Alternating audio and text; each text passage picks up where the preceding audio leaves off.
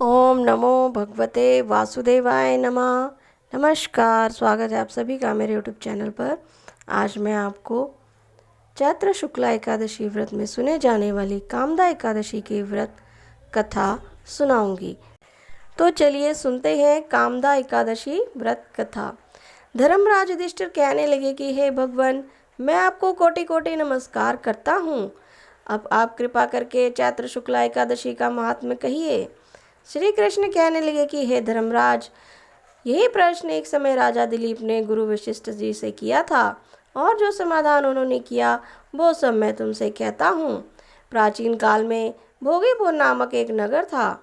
वहाँ पर अनेक ऐश्वर्यों से युक्त पुंडरीक नामक का राजा राज्य करता था। भोगीपुर नगर में अनेक अप्सराएं, किन्नर तथा गंधर्व वास करते थे। उनमें से एक जगह ललिता और ललित नाम के दो स्त्री पुरुष अत्यंत वैभवशाली घर में निवास करते थे। उन दोनों में अत्यंत स्नेह था, यहाँ तक कि अलग अलग हो जाने पर दोनों व्याकुल हो जाते थे। एक समय पुंडरीक की सभा में अन्य गंधर्वों के सहित ललित भी गान कर रहा था।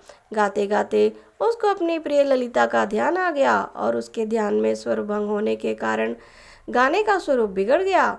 ललित के तन में भाव जानकर ककरोट नामक नाग ने पद भंग होने का कारण राजा से कह दिया।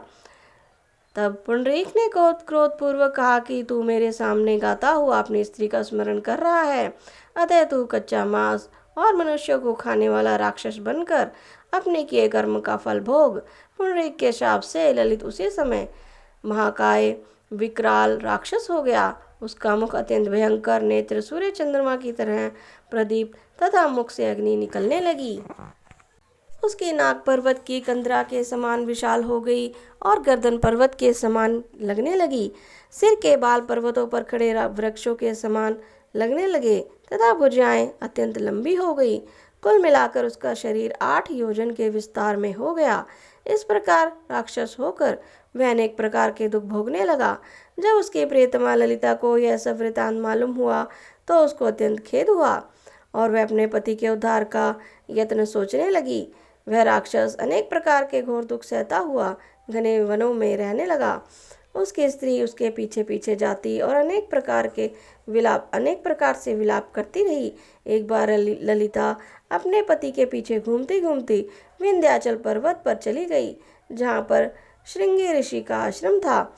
ललिता शीघ्र ही श्रृंगी ऋषि के आश्रम में गई और वहां जाकर विनीत भाव से प्रार्थना करने लगी। उसे देखकर श्रृंगी ऋषि बोले कि हे सुभगे, तुम कौन हो और यहाँ किस लिए आई हो?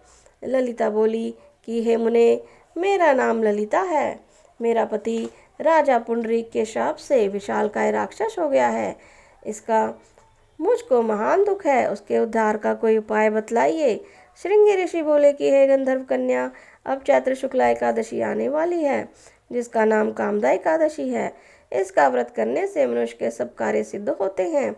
यदि तू कामदा एकादशी का व्रत कर उसके पुण्य का फल अपने पति को दे दे तो वह शीघ्र राक्षस योनि से मुक्त हो जाएगा और राजा का श्राप भी अवश्य में शांत हो जाएगा।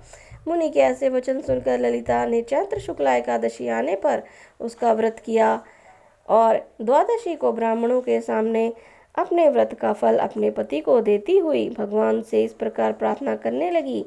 हे प्रभु, मैंने जो ये व्रत किया है इसका फल मेरे पति देव को प्राप्त हो, जिससे वह राक्षस योनि से मुक्त हो जाए। एकादशी का फल देते ही उसका पति राक्षस योनि से मुक्त होकर अपने पुराने स्वरूप को प्राप्त हुआ।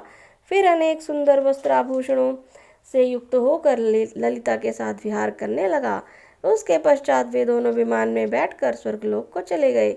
वशिष्ठ मुनि कहने लगे कि हे राजन, इस व्रत को विधि पूर्वक करने से समस्त पापों का नाश हो जाता है तथा राक्षस आदि भी की योनि भी छूट जाती है। संसार में इसके बराबर कोई और दूसरा व्रत नहीं है। इसकी कथा पढ़ने तथा सुनने से वाजपेय यज्ञ का फल मिलता है। तो बोलिए श्री नारायण भगवान की जय हो, श्री हरि विष्णु की जय हो। तो ये थी कामदा एकादशी व्रत कथा। अगर आपको मेरी ये कथा कहानियाँ अच्छी लगती हैं, थोड़ी सी भी मेरी कथा आपको अच्छी लगी है, तो प्लीज़ आप मेरे चैनल को लाइक करें, शेयर करें, सब्सक्राइब ज़रूर करें और कमेंट में जय श्री हरि विष्णु अवश्य ही लिखें। धन्यवाद।